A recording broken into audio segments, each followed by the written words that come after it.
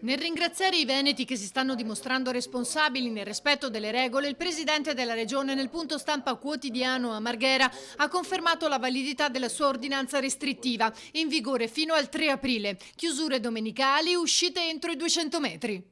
Continuiamo a seguire questa dritta, ovvero la volontà di confermare, visto che ci è stato chiesto, di confermare che le restrizioni stabilite dall'ordinanza regionale vengono mantenute. Quindi il tema dell'attività motoria dei 200 metri di casa, il tema della chiusura dei supermercati la domenica.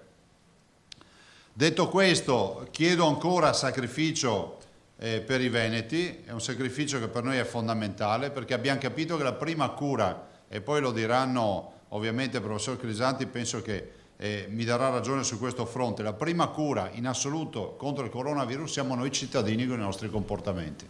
Anche se c'è stato un lieve dato positivo, Zaia è chiaro, non si deve abbassare la guardia.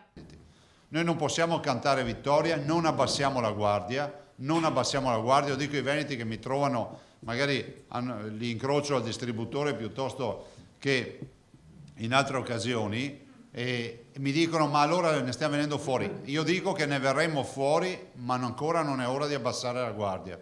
Non fatevi come si può dire, non fatevi assolutamente ammagliare dal dato positivo di una giornata perché può essercene un altro di negativo il giorno dopo. Siate ancora fermi e concentrati sul pezzo. È un sacrificio, stiamo subendo una pandemia che mai abbiamo conosciuto nella storia, è la vera pandemia dell'epoca dell'era moderna, è una pandemia che coinvolge tutto il mondo con gli annessi e connessi di tutto quello che porta.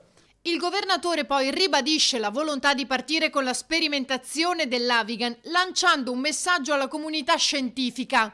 Ne stiamo sperimentando all'Università di Padova, almeno 6 da soli o in associazione. Vi dichiaro che per l'Avigan noi siamo pronti, non è che dobbiamo organizzarci, siamo pronti, ovviamente siamo rispettosi delle leggi e quindi in virtù del fatto che dobbiamo avere un'autorizzazione alla sperimentazione da parte dell'Agenzia Italiana del Farmaco, stiamo aspettando la loro deliberazione.